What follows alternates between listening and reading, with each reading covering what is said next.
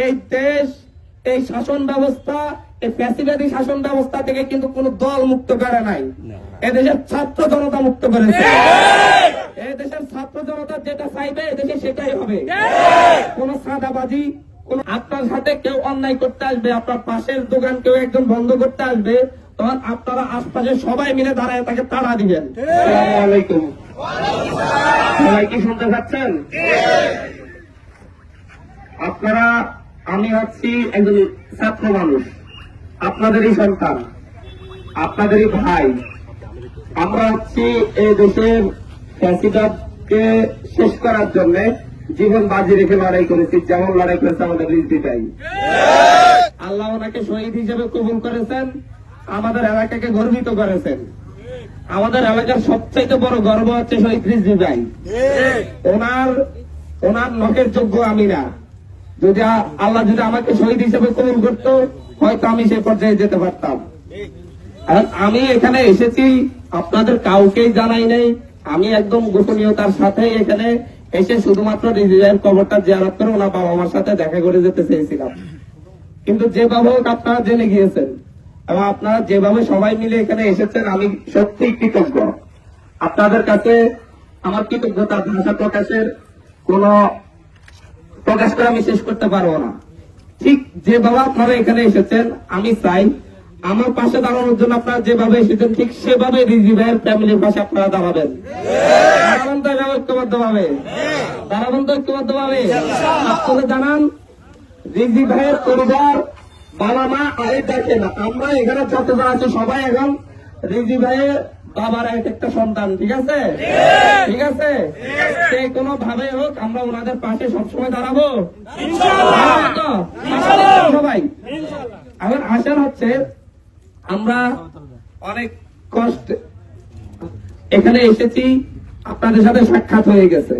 সাক্ষাৎ হওয়ার পরে আপনারা অনেকে অনেক ধরনের ইচ্ছা পোষণ করছেন, কিন্তু আসলে আমি এখানে কোন ধরনের, আমাদের এখনো শহীদ ভাইদের রক্ত কিন্তু শুকাই নেই। এখনো হাসপাতালে হাজার হাজার ভাইয়েরা কাতরাচ্ছে। সেই জায়গায় দাঁড়িয়ে কি আমাদের কোন আনন্দ করার সুযোগ আছে? আমাদের কোন আনন্দ করার সুযোগ আছে? কাউকে সংবর্ধনা দেওয়ার কি কোনো সুযোগ আছে? যতক্ষণ পর্যন্ত না আমাদের ভাইয়েরা যারা এখন আহত আছে তারা সুস্থ হয়ে ঘরে ফিরবে, যতক্ষণ পর্যন্ত না ফ্যাসিবাদী শাসন ব্যবস্থা যেভাবে রন্ধ্রে রন্ধ্রাচ্ছে এটা যতক্ষণ পর্যন্ত না শেষ হবে, ততক্ষণ পর্যন্ত আমরা বিজয়ী না, পর্যন্ত আমরা জয়ী হই নাই। সুতরাং ততক্ষণ পর্যন্ত আমি কোনো সংবর্ধনা নিব না। আপনারা সবাই মিলে এই যে ঐক্যবদ্ধভাবে সবাই দাঁড়িয়েছেন, এখানে দলমত নির্বিশেষে সবাই দাঁড়িয়েছেন না? আমি চাইবো আমাদের নতুন বাংলাদেশ গড়তে, নতুন হাতিয়া গড়তে, নতুন নোয়াখালী গড়তে সবাই এভাবে কাঁধে কাঁধ মিলিয়ে একসাথে দাঁড়াবে। আপনার সাথে কেউ অন্যায় করতে আসবে, আপনার পাশের দোকান কেউ একজন বন্ধ করতে আসবে, তখন আপনারা আশপাশে সবাই মিলে দাঁড়ায় তাকে তাড়া দিবেন। এই দেশ, এই শাসন ব্যবস্থা, এই ফ্যাসিবাদী শাসন ব্যবস্থা থেকে কিন্তু কোন দল মুক্ত করে নাই, এদেশের ছাত্র জনতা মুক্ত করেছে। এই দেশের ছাত্র জনতা যেটা চাইবে এদেশে সেটাই হবে। কোন সাদাবাজি, কোন সন্ত্রাস, কোন লুটতরাজ, কোন রাজনৈতিক খেদম এখানে দেখানোর সুযোগ নেই। এখন হচ্ছে ঢাকায় বসে বসে তো এসব আমরা গন্ডগোল করতে পারবো না, বলো এসব গন্ডগোল কাদেরকে করতে হবে? আপনাদের করতে হবে। আমাদের পুলিশের ভাইয়েরা আছে, আপনারা পুলিশ বাহিনীকে সর্বোচ্চ সহযোগিতা করবেন, কেউ যেন ওনাদের থেকে আঙ্গুল তুলে না আর ইয়ে করে। পুলিশের ভাইয়েরা যারা অপরাধ করেছে তাদের বিচার হচ্ছে। সুতরাং এখানে আইন শৃঙ্খলা বাহিনীর সাথে যেন কেউ কোন রকম সংঘাতে না যায়। ঠিক আছে, সহযোগিতা করবেন। আপনাদেরকে সহযোগিতা না করলে আমরা সুন্দর দেশ গড়তে পারবো না। আইন শৃঙ্খলা বাহিনী ছাড়া সুন্দর দেশ গড়া যাবে না।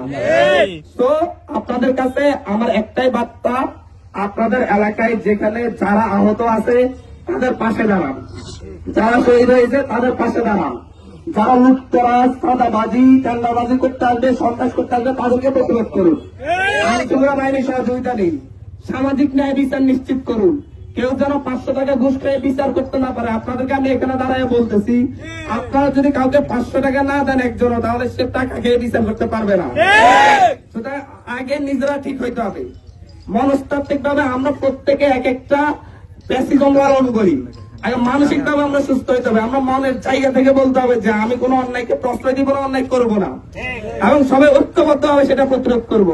একতা ছাড়া কোনো শান্তি আসবে না, একতা ছাড়া কোনো ন্যায় আসবে না, একতা ছাড়া কোনো নীতি প্রতিষ্ঠিত হবে না।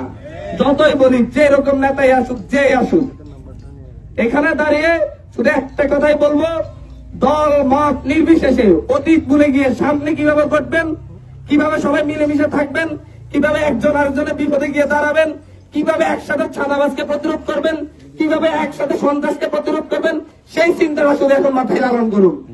দেখবেন দেখবেন এমন একটা দেশ গড়ে উঠছে যেটা মার্কিন যুক্তরাষ্ট্র বলেন, ইউরোপীয় ইউনিয়ন বলেন, তারা আমাদেরকে দেখে ঈর্ষা করবে।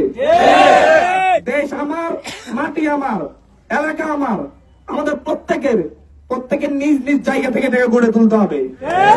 যদি মনে করি আরেকজনে সেটাকে গড়ে দিবে, আরেকজনে সেটাকে করে দিবে, সেটা পাবেন না। আপনারা যদি ঠিক না থাকেন, আমি আজ এখানে নীতি কথা বলতেছি, পাওয়ার পাইলে আমিও হয়তো এক একটা মোহাম্মদ আলী হয়ে যাব। তখন কি হবে? তখন আপনারা সবাই যদি ভয়ে চুপসে থাকেন, তখন আরো অন্যায় করবো, আরো অন্যায় করবো, আরো অন্যায় করবো। ফ্যাসিবাদ, অন্যায়, সন্ত্রাস শুধুমাত্র তখনই বৃদ্ধি পায় যখন মানুষ তাদেরকে ভয় পায়। শেখ হাসিনাকে ভয় পেয়ে এদেশের মানুষ 16 বছর জিম্মি ছিল, কিন্তু যখনই গুলির সামনে দাঁড়িয়েছে তখন 1000 মানুষের জীবনের বিনিময়ে শেখ হাসিনা সবাই পালাইছে। কিন্তু প্রতিটা এলাকায় গত 16 বছরে না হলো 10,000 মানুষকে হত্যা করেছে।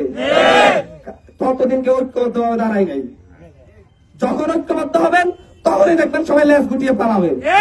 একতার কোনো বিকল্প নাই, ন্যায়ের কোনো বিকল্প নাই, নীতিবোধ আমাদের প্রত্যেকের জায়গায়। এই কথাটা একদম স্পষ্ট। আমি আরেকবার বলি, আমি এখানে রাজনীতি করতে আসি নাই, আমি এখানে হ্যাডম দেখাতে আসি নাই। আমি আপনাদের মতো সাধারণ মানুষ, আপনাদের পাশে দাঁড়াবো।